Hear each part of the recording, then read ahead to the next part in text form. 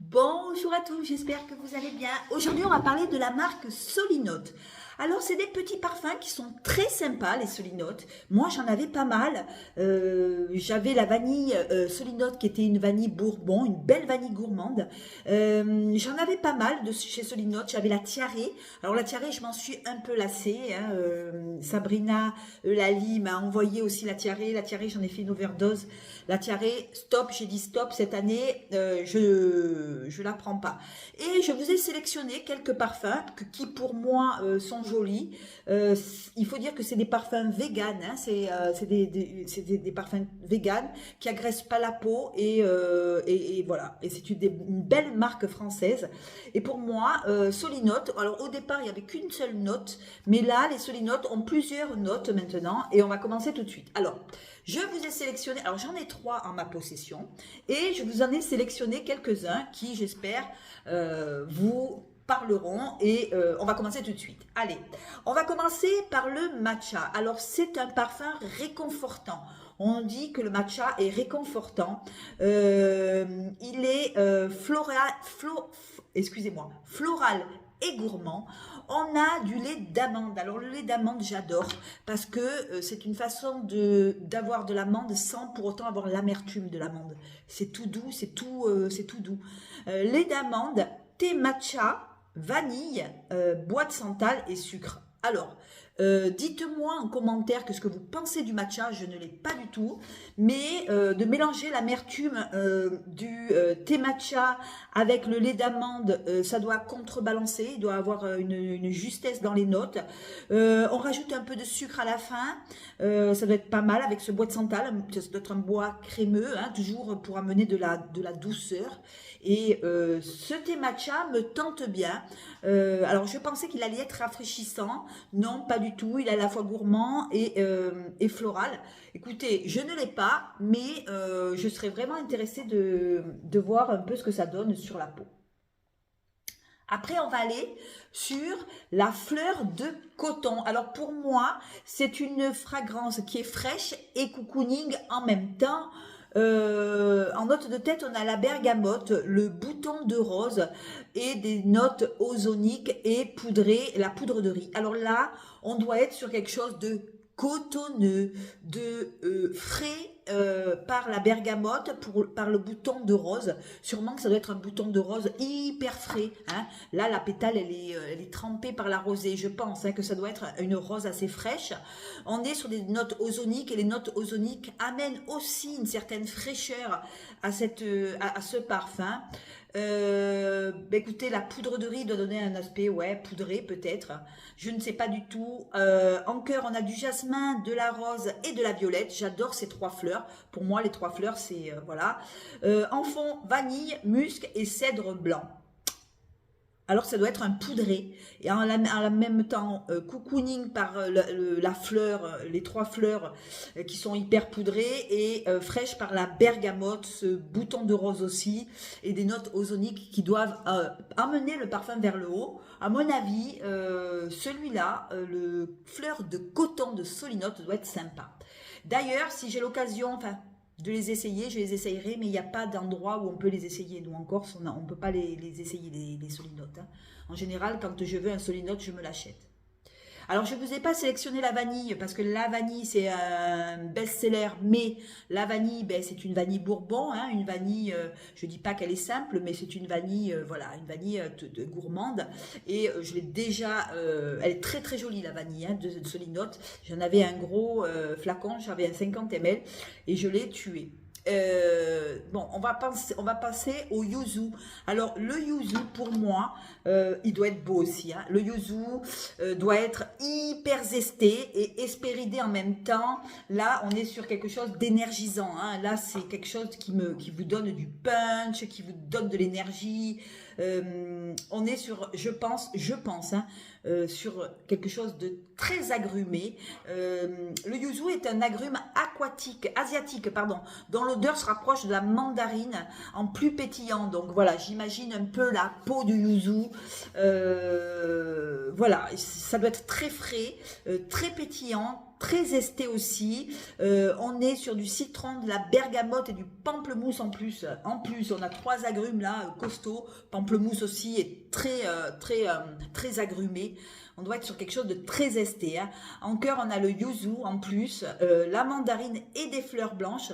Et en fond, on a du patchouli et de la mousse de chêne. Alors celui-là, c'est vraiment pour les grosses chaleurs. Vous me direz en commentaire si vous l'avez senti, le yuzu. Le yuzu doit être quelque chose de très...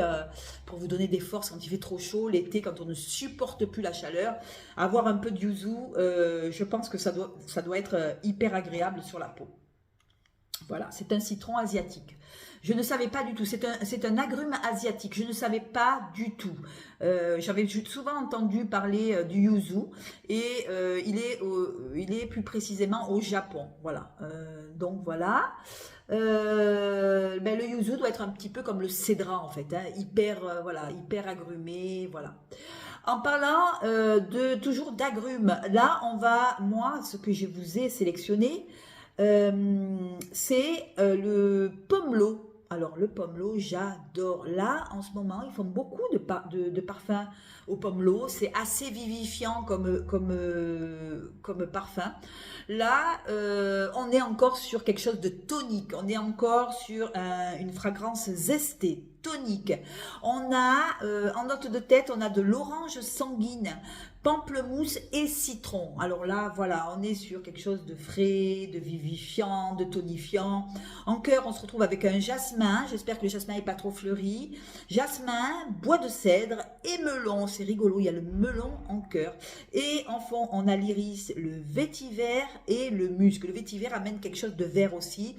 Ça a l'air pas mal le pomelo. Hein. Là, on doit être vraiment dans l'agrume. Voilà. Après la douche, vous mettez ça vous revigore, ça vous donne du punch. Je sais pas, ça met de la vitalité. Le pomelo est assez joli. J'aimerais bien essayer le pomelo, le yuzu et tout ce que je vous ai fait voir jusqu'à maintenant. C'est ce que je vous ai sélectionné, c'est ce que moi j'irais sentir si j'avais un Solinote. Après, on va aller sur un que j'ai et c'est le Tonka de Solinote. Alors, je l'ai pris. Ce qui est bien chez Solinote, c'est que vous pouvez prendre du 50 ml, mais vous pouvez aussi prendre du 15 ml. Et c'est ça qui est rigolo. Alors là, on est sur un parfum fortifiant, ils disent. Alors là, je vais le sprayer avec vous.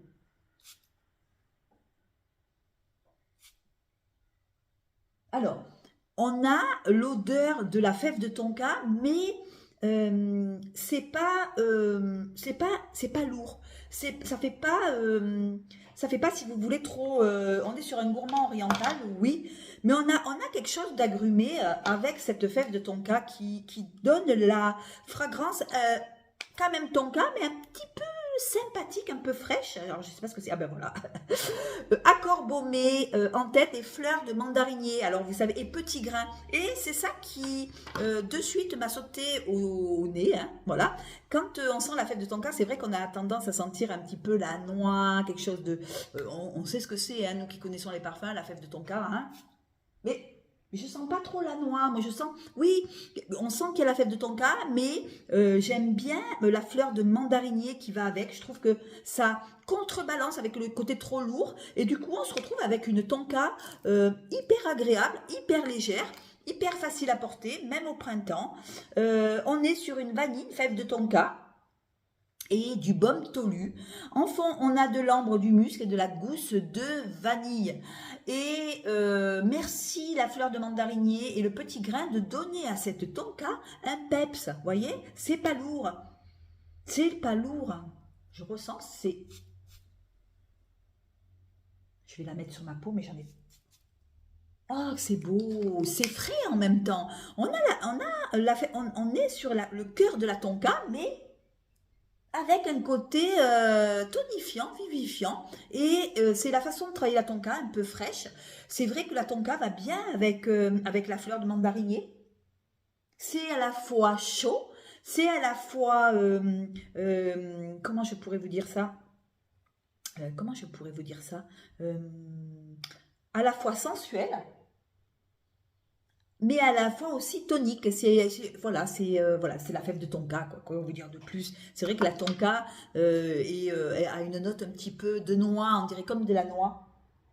Mais cette feuille de mandarinier contrebalance, et je trouve que ça est très très jolie, la feuille de tonka, la feuille, le parfum à la tonka, très très beau. Je pensais qu'on allait tomber sur un parfum très lourd, et puis je m'aperçois que non, non, non, on n'est pas sur quelque chose de lourd, hein, on est vraiment sur...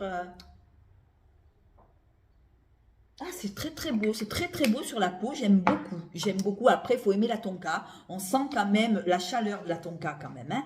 On sent quand même la texture de la tonka, et le petit grain amène quelque chose d'orangé un petit peu, vous savez, un petit peu comme de l'orange, mais de l'orange douce, hein. Là, on n'est pas sur un agrume, hein, on a une orange hyper douce qui se mélange à la tonka. Je trouve que c'est beau, c'est... alors, on dit qu'il y a aussi du tabac blond. Alors, je ne sais pas, on me dit... alors, je vais vous dire ce qu'on dit. Ceci n'est pas un mirage olfactif, c'est simplement une douce ivresse. Au cœur de ce parfum, un ingrédient, la fève de tonka. Sa graine offre tant de contrastes. De sa texture flamboyante à noir charbon, à son odeur d'amande douce, de tabac blond, la tonka est un hommage à cette graine exotique, l'incarnation de la sensualité. Ben, je l'avais dit. Ouais, elle est très sensuelle et ultra jolie. J'adore. Voilà, j'adore. Après, on va continuer. On va aller sur la fleur de cerisier. Alors, la cerise dans les parfums, pour moi, c'est quelque chose que...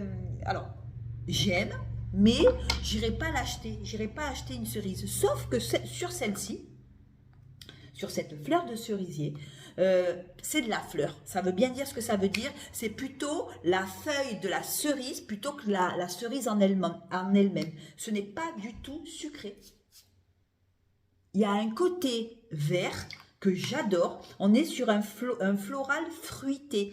Et il a plutôt l'aspect, moi je dirais, floral que l'aspect sucré. Vous savez, la cerise sucrée, là, qui est... Voilà.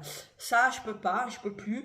On est sur du citron, voilà. Citron, mandarine et cardamome en tête. Alors, cette cerise, elle est super belle. Je crois que c'est la plus jolie cerise que j'ai de ma collection.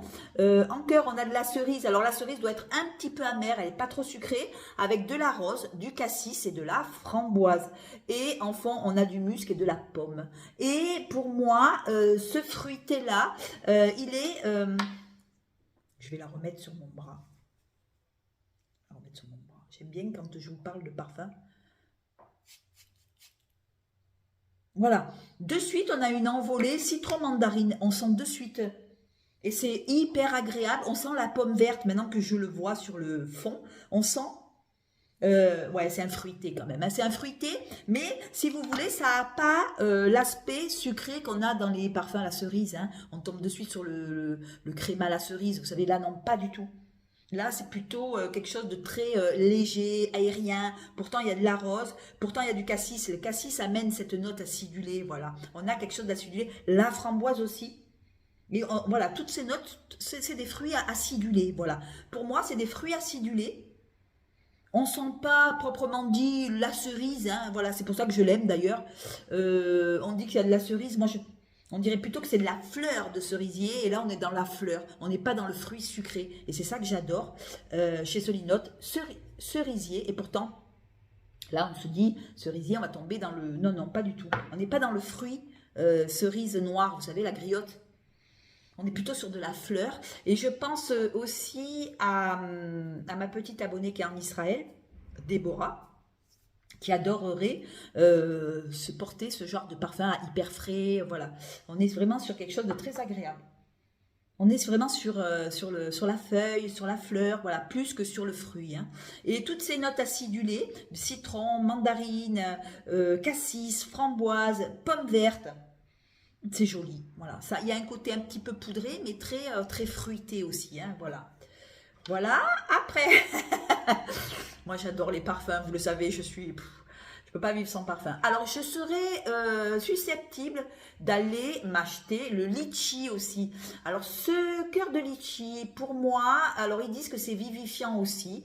Voilà, c'est toujours tonifiant, ce que je vous ai proposé aujourd'hui, c'est vraiment très tonifiant. On a du litchi, C'est un fruité floral, hein, en litchi, rhubarbe. Et la rhubarbe amène quand même une note acidulée, hein, à la fragrance.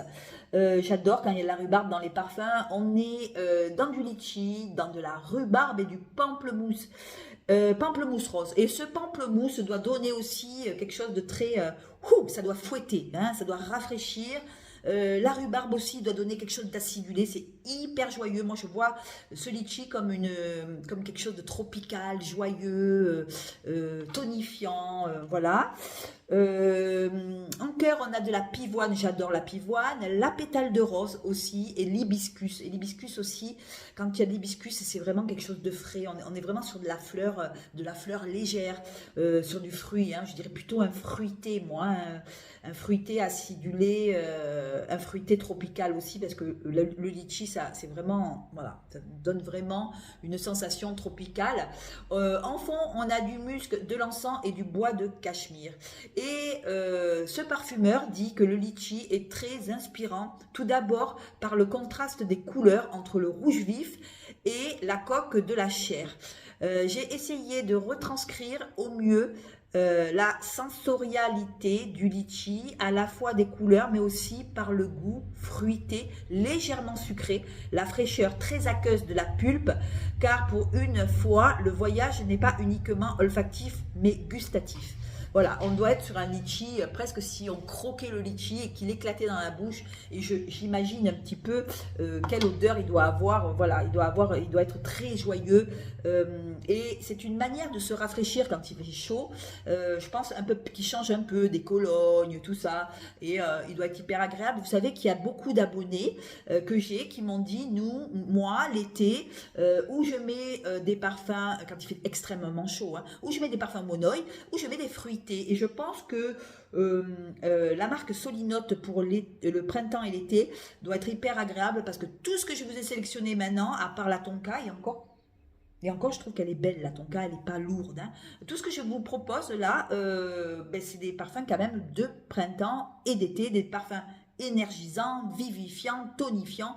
Mais pas obligatoirement d'avoir de la Cologne. Voilà, ça c'est pas Cologne, hein, je pense pas. Je sais pas, je l'ai pas essayé le litchi, mais je pense pas que ce soit de la Cologne. Voilà, c'est une manière de se rafraîchir tout en étant un peu fruité. Après, qu'est-ce que je vous ai sélectionné? Dites-moi si c'est des vidéos qui vous plaisent, hein, parce que je serais quand même, voilà, je suis quand même, je serais ravie de savoir un peu si ça vous plaît, ce genre de vidéo. Là, on va partir sur le parfum à la pêche, et là, on est sur un stimulant, et il est nouveau chez Solinote, c'est un tout nouveau. La pêche, alors ça dépend comment est composée la pêche. Là, on est sur un floriental gourmand. Alors, on doit être sur un fruité acidulé, parce qu'il y a du cassis en tête, cassis bergamote. Alors, le cassis hyper acidulé, la bergamote hyper agrumée. On a de la pêche. Voilà, en cœur on a du safran, le safran pivoine, osmanthus, j'adore, et jasmin, la pivoine, j'adore, l'osmanthus, j'adore, le jasmin, j'adore, il n'y a que le safran, faut faire attention. En fond, note cuirée, santal et ambre, il doit être beau celui-là, on doit avoir le velouté de la pêche avec l'accord cuiré. Je commence à aimer de plus en plus les parfums cuirés. Alors au début je détestais, et parce qu'au début, j'ai senti un parfum au cuir qui était infiniment dégueulasse. Et je me suis dit, non, si c'est les cuirés, c'est comme ça, je n'en voudrais jamais. Et finalement, le cuir, ça dépend comment il est travaillé. J'ai mis du temps. Et je m'aperçois que quand on met des notes de cuir dans les parfums, je trouve qu'on y met une personnalité, on y met quelque chose de frais, mais en même temps de personnel. Et je trouve que le daim amène vraiment une personnalité au parfum, et j'aime beaucoup. Donc, cette pêche-là, au cœur de la pêche. Alors, dites-moi, vous, si vous l'avez, la pêche, si vous avez aimé. Et on dit que c'est un parfum qui est stimulant. Alors, qu'est-ce qu'on me dit dessus? Une rencontre entre la douceur et le caractère. La fragrance s'ouvre sur un velouté de pêche. Le cassis, la bergamote, qui apporte dès les premiers instants une vibration boisée et épicée. Le cœur dévoile un bouquet lumineux de pivoine, de jasmin blanc et d'osmanthus. J'adore osmanthus. relevé d'un safran sensuel. Enfin, l'accord cuiré, le santal et l'ambre signifient une trace chaude, élégance et inoubliable, pêche, la douceur qui s'impose, la profondeur qui fascine. J'aimerais bien la sentir, cette pêche. Je ne sais pas ce que ça peut donner. En tout cas, voilà, c'est nouveau aussi. Je vais vous dire ce qu'il y a de nouveau. Parce que là, vous allez me le dire. Alors, le matcha n'est pas nouveau. Que je vous ai sélectionné. Hein. La fleur de coton n'est pas nouvelle. On a beaucoup de parfums quand même. Hein. Il y en a beaucoup. Hein. Il y en a d'hiver, il y en a de printemps. Le yuzu, oh là là, le yuzu, il a l'air de me plaire. Le yuzu non plus. Mais je vais vous dire après, à la fin de la vidéo, c'est quoi qu'est-ce qu'il y a comme nouveauté en parfum de chez Solinote. On va continuer avec le thé blanc. Et je l'ai, le petit thé blanc. Alors, attendez, avant de faire le thé blanc, vous avez l'accord de figuier. Alors, l'accord de figuier, alors, qu'est-ce qu'on nous dit sur celui-là? Moi, la figue, ça dépend, hein. C'est apaisant. Alors, on dit qu'elle est apaisante, mais elle doit être fraîche aussi. On dit en tête de la figue, la bergamote et du bois de rose. En cœur, on a du muguet, du thé vert, du néroli. En fond, on a du cèdre, de la fève de tonka. Alors oui, peut-être c'est apaisant. Je ne sais pas, j'hésite. Parce que le bois de rose, ça peut être un peu lourd pour l'hiver. Avec la figue, je ne sais pas du tout. Je ne sais pas du tout. Est-ce que c'est frais? Est-ce que c'est rafraîchissant? Je ne sais pas. La figue, pour moi, c'est peut-être la seule que je ne mettrai pas pour le printemps-été. Alors, je ne sais pas, peut-être que je me trompe. Peut-être que la figue, pourtant, ça me plaît. Hein, sur le papier, ça a l'air de me plaire. Mais cette figue, à savoir comment elle est. Si vous l'avez, la feuille de figuier, dites-moi-le. Et parce que je serais vraiment intéressée de savoir comment elle est. Et puis, on va finir par le thé blanc. Et le petit thé blanc que j'ai chez Solinote en 15 ml. Voilà. Alors, j'ai mis du temps à le finir parce que j'en ai tellement de parfums que voilà. Mais le petit 15 ml, vous voyez, de temps en temps, j'aime bien. On est sur quelque chose de très naturel, très notes vertes. On est sur pourtant des notes vertes. J'aime beaucoup j'aime beaucoup ce parfum. On est sur un fleuri musqué et assez frais. On a de la bergamote, du cardamome. Le cardamome n'est pas fort. Non, le cardamome n'est pas fort. On sent la sauge quand même. Par contre, il faut aimer la sauge. On sent la sauge, on sent l'amertume de la sauge avec du thé blanc en cœur. Et en fond, on a de l'osmanthus, j'adore, et le musc blanc. Alors, la sauge, c'est vrai qu'elle sent, là maintenant, quand je la mets, c'est ça qui sent. Il y a l'amertume un peu du thé avec la force de la sauge. Et il faut aimer ce genre de parfum. On sent bien l'osmanthus en fond avec ce musc blanc. Alors, le musc blanc, je n'ai pas. En tête, bergamote et cardamome. Faut aimer quand vous mettez le nez dans la sauge, voilà, faut aimer la sauge et faut aimer le thé blanc. Je pense que c'est les deux la colonne vertébrale de ce thé blanc. On est sur quelque chose en même temps de frais et en même temps une force sur l'arôme. Je vais vous dire ce que dit le parfumeur. Le thé blanc, c'est le plus proche des feuilles du thé de... Non. Le thé blanc est le plus proche des feuilles de thé fraîches. C'est celui qui a subi le moins de transformation. Son odeur est très légère. Créer un thé blanc, c'est donc imaginer un univers. Transcrire une vue d'esprit en parfum. C'est un challenge amusant. Ah oui, bien qu'un peu risqué. Je l'ai travaillé sur 3 axes. La délicatesse, la fraîcheur. Attendez, j'ai perdu la fraîcheur et l'harmonie.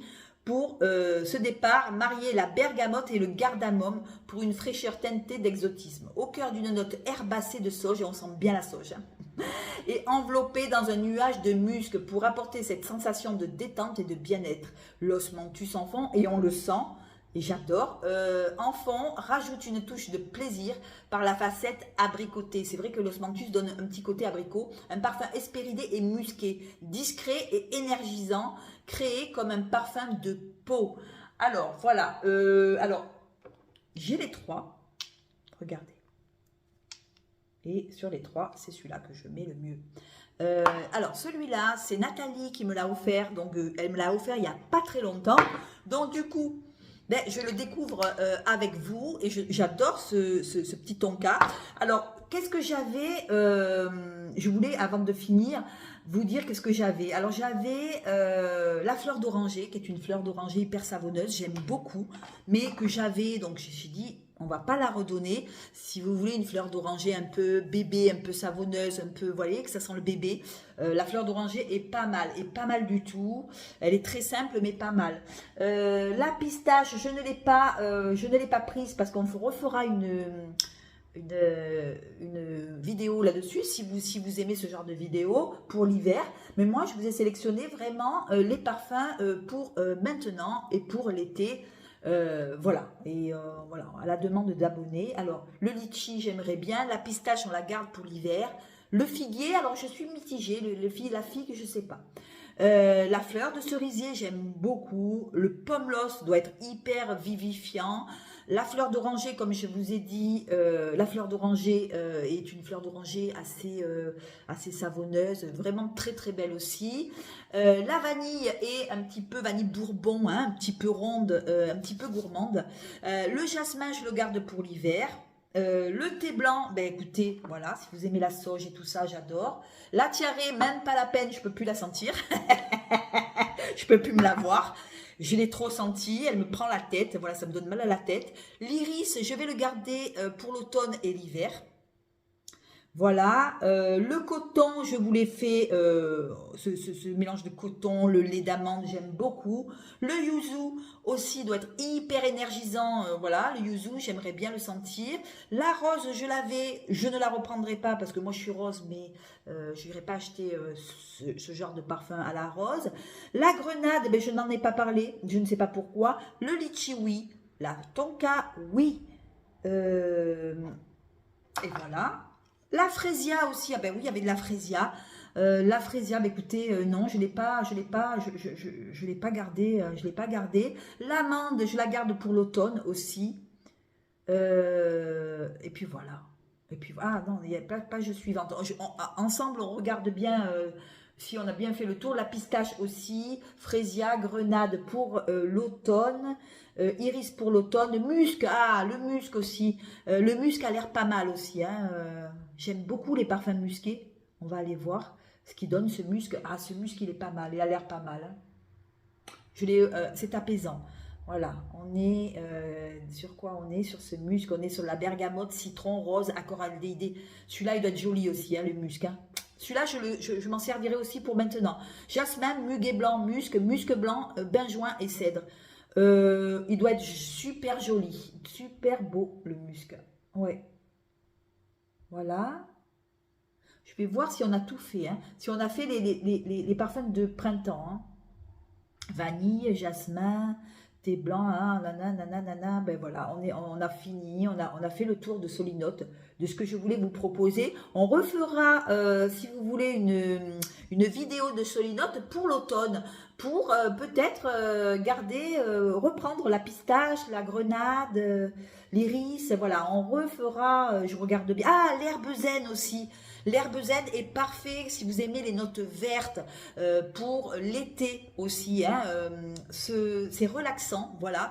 Il faut aimer les notes vertes. Et celui-là, il a l'air pas mal aussi.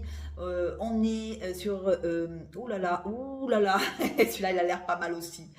Bon, faut... Voilà. Alors... On est sur un boisé aromatique, on a de la feuille froissée, de bouchou, en note de cœur on a du pavot, de l'armoise, de la rose, en note de fond du musc, du santal, de l'ambre blanc. Écoutez, ça a l'air pas mal, je ne sais pas, en tout cas, herbe zen, ouais, j'aimerais bien essayer aussi pour voir un peu ce qui sent, il doit être aromatique, voilà, cèdre aussi, vétiver aussi, bon ben il y en a plein, hein. Vétiver, boisé, santal... voilà, cèdre. Attendez, je garde tout pour... Gingembre aussi, pas mal. Osmanthus, oh mon Dieu, je l'avais oublié lui. L'osmanthus a une odeur d'abricot. J'aime beaucoup aussi l'osmanthus dans les parfums. Et donc, qu'est-ce qu'on nous dit sur celui-là? L'osmanthus est joyeux. Ah oui, C'est l'abricot, j'adore. Note un floral, fruité, note de tête, coin, poire, note de cœur, fraisia, jacinthe et osmanthus, note de fond, cèdre blanc et ambre clair. L'osmanthus est déjà un parfum en soi, fruité, gourmand, élégant et sensuel. J'ai essayé d'interpréter ses multiples facettes à travers ce parfum. Alors l'osmanthus, on le prendra pour l'automne. On le mettra en automne. Le gingembre aussi est pas mal. Je vous le conseille pour l'été et l'hiver. Et puis voilà, on a fait le tour. Osmanthus, gingembre, lavande, je déteste. Je déteste la lavande. Le mocha aussi, ça sera pour le café mocha, ça sera pour l'hiver. Voilà. Pêche, voilà, été blanc. Eh bien écoutez, voilà, on a fini. On a fait vraiment le tour du printemps-été pour les solinotes. J'espère que cette vidéo vous aura plu. Dites-moi, vous, en commentaire, qu'est-ce que vous avez comme solinote. Moi, j'en ai 3. Voilà, j'en avais 3, j'en avais plein que j'ai donné, que voilà. Et c'est vraiment des petits parfums sympas parce que vous pouvez quand même essayer avec un 15 ml. Au lieu de prendre de suite un 30 ml ou un 50, on vous a proposé des 15 ml et des fois les 15 ml, c'est très sympa. Voilà. Plein de gros bisous à tous. N'oubliez pas de vous abonner. Ciao, ciao. Et n'oubliez pas de me dire si la vidéo vous a plu. Ciao, ciao.